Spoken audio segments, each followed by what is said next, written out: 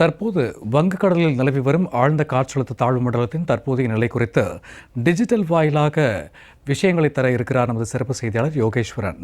வணக்கம் யோகேஸ்வரன், தற்போது நிலவக்கூடிய ஆழ்ந்த காற்றழுத்த தாழ்வு நிலை குறித்தான அண்மை தகவல்கள் என்ன? இனி நீங்கள் தொடரலாம்.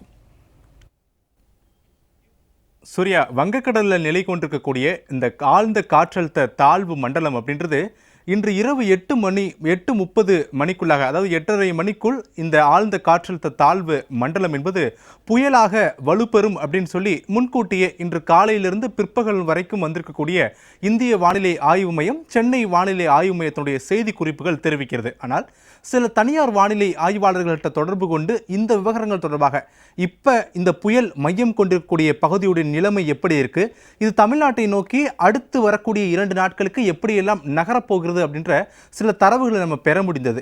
அவங்க என்ன சொல்றாங்க அப்படின்னா, இந்த புயலாக வலுப்பெறுவதற்கு இன்னும் சில கால நேரங்கள் எடுத்துக்கொள்வதற்கான வாய்ப்புகள் இருக்கு.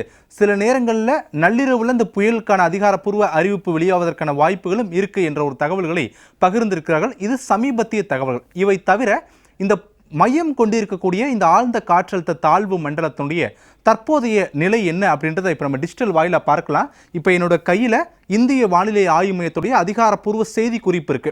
இது சமீபத்திய செய்தி குறிப்பு. எத்தனை கிலோமீட்டர் என்ன என்கிற விவரங்களை எல்லாம் தந்திருக்காங்க. இதை நம்ம அப்படியே டிஜிட்டல் வாயிலாக பார்க்க முடியும் சூர்யா. இப்போ டிஜிட்டல் வாயிலாக நம்ம பார்க்க முடிகிறது. புயல், அதாவது புயலாக இன்னும் வலுப்பெற இருக்கக்கூடிய இந்த ஆழ்ந்த காற்றழுத்த தாழ்வு மண்டலத்தினுடைய மைய பகுதி அப்படின்றது இந்த குறிப்பிட்ட பகுதி தான். L999 அப்படின்னு சொல்லியிருக்காங்க. அதாவது லோ ப்ரெஷர் ஏரியா அப்படின்றத அது குறிக்க முடியும்.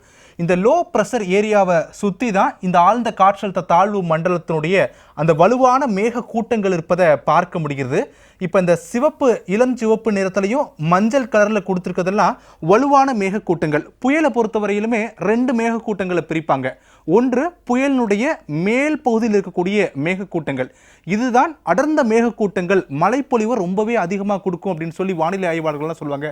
கீழ்ப்பகுதியில் இருக்கக்கூடிய மேகக்கூட்டங்கள், இது மேல் பகுதியை நோக்கி செல்லக்கூடிய மேகக்கூட்டங்கள்.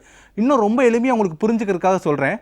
கடல் மேல் மட்டத்தில் இருக்கக்கூடிய அந்த நீர் ஆவியாகி மேலே போகக்கூடியதான் மேலே செல்லக்கூடிய அந்த கீழ்மட்ட மேகக்கூட்டங்கள் இப்படின்னு சொல்லுவாங்க. இதனால மழைக்கான பாதிப்புகள் இல்லை. ஆனால் மேல் நோக்கி செல்லப்படும் போது அந்த புயலாக சுற்றி ஏற்கனவே வரக்கூடிய காற்றினுடைய வேகம் மாறும்போது மேகக்கூட்டங்களுடைய அடர்த்தி அதிகரிப்பதற்கான வாய்ப்புகள் இருக்கு. இதுதான் இந்த மேகக்கூட்டங்களுடைய சர்க்குலேஷன்ல பார்க்க முடியுது. இப்போ நம்ம அந்த டிஜிட்டல் நீங்கள் டிவிலையும் பார்க்கலாம், நான் இங்கே எங்களோட திரையிலையும் பார்க்க முடியுது. இந்த லோ ப்ரெஷர் ஆழ்ந்த காற்றழுத்த தாழ்வு மண்டலத்தை சுற்றி ஒரு சர்க்கிள் இப்படியே சுற்றிட்டு இருக்கு. பார்க்க முடியும் நான் நினைக்கிறேன் சூர்யா. இந்த சர்க்கிள் சுற்றிக்கிட்டு இருக்கு. இந்த சர்க்கிளில் தான் இந்த மேகக்கூட்டங்கள் இழுக்கப்படுகிறது. இப்போ இந்த மேகக்கூட்டங்கள் இழுக்கப்படுவதன் விளைவாக தான் இந்த டிஜிட்டல் சேட்டலைட் உடைய மேப்பில் பார்க்க முடியுது. அடர்ந்த மேகக்கூட்டங்கள் அந்த லோ ப்ரெஷர் ஏரியாவை சுற்றி ரொம்ப வேகமாக சுற்ற ஆரம்பிக்குது.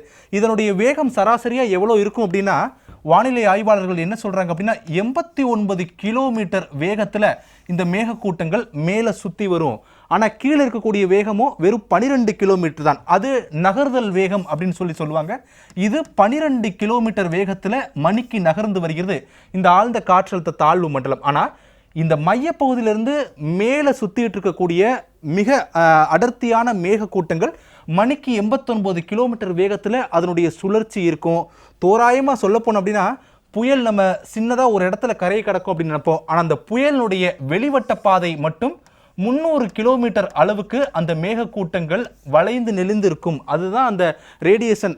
கிட்டத்தட்ட ஒரு 2 நாட்களுக்காச்சும் நம்மளுக்கு அந்த மழை நீடிக்கும் அப்படின்னு சொல்றதுக்கான தகவல் என்பதை சொல்கிறார்கள். சரி, இப்போ இந்த low pressure area Chennai, Puducherry, Nagapattinam இந்த 3 இடங்கள்லேருந்து எவ்வளவு தொலைவில் இருக்குது? அதே போல் திரிகோணமலை, இலங்கையினுடைய திரிகோணமலை அப்படின்ற பகுதியில் இருக்குது. இந்த திரிகோணமலை பக்கத்தில் இது எவ்வளோ தூரத்தில் இருக்குது அப்படின்றத நம்ம பார்க்கலாம். அதையும் நம்ம பார்க்க முடியும். இப்போ திரிகோணமலையிலிருந்து சராசரியாக 120 கிலோமீட்டர் தொலைவில் இந்த ஆழ்ந்த காற்றழுத்த தாழ்வு மண்டலம் மையம் கொண்டிருக்கு.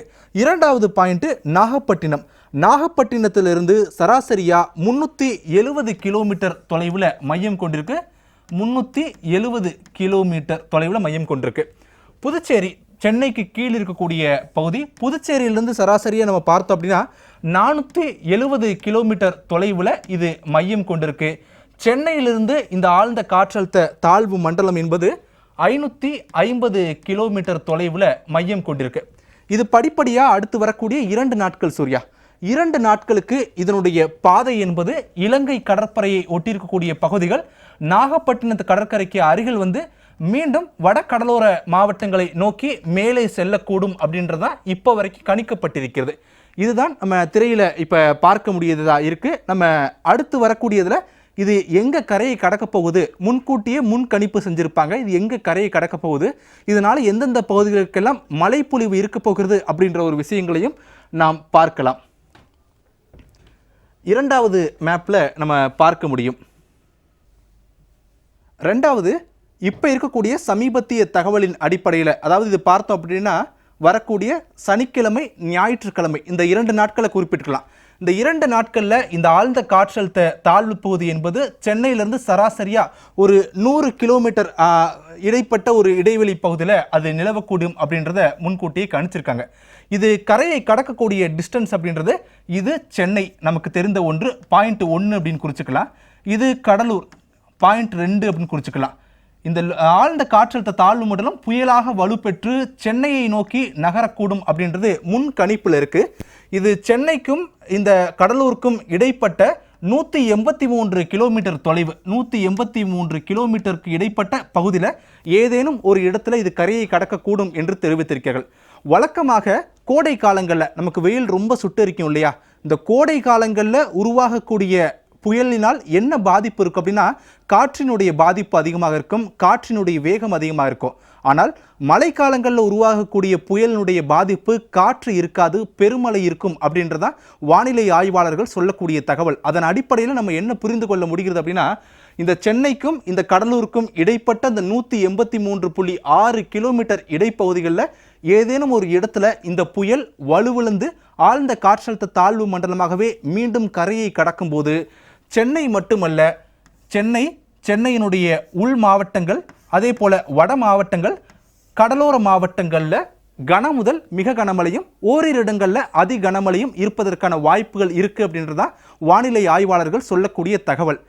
இதில் புது தகவல் என்ன அப்படின்னா இன்று இரவு 8:30 மணிக்குள்ளாக புயலாக இது உருவாகக்கூடும் என்று வானிலை ஆய்வாளர்கள் கணித்திருக்கக்கூடிய நிலையில் சில நேரங்கள் மாறுபடலாம், முன்ன பின்ன இருக்கலாம். ஒருவேளை 8:30 மணிக்கு முன்னதாகவே காற்றினுடைய திசை மாறுபாடு காரணமாக இது புயலாக உருவாகி விட்டது அப்படின்னு அறிவிக்கக்கூடியதற்கான வாய்ப்புகள் இருக்குது. ஆனால் மிக அதிகமான வாய்ப்புகள் எதற்கு இருக்கிறது என்றால் இரவு நேரங்கள்லாம் இது புயலாக வலுப்பெறுவதற்கான வாய்ப்புகள் இருக்குது அப்படின்ற ஒரு தகவல்களையும் தனியார் வானிலை ஆய்வாளர்கள் தெரிவித்திருக்கிறார்கள்.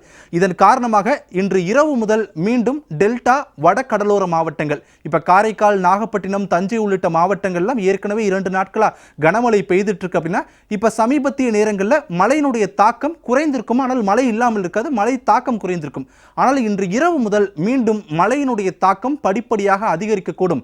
நாளை அதிகாலை வேளையில் டெல்டா மாவட்டங்கள் மற்றும் வட கடலோர மாவட்டங்களில் ஓரிரு பகுதிகளில் மிக கனமழை முதல் அதி கனமழை, அதற்காக தான் ரெட் அலர்ட் முன்கூட்டியே கொடுத்திருக்காங்க.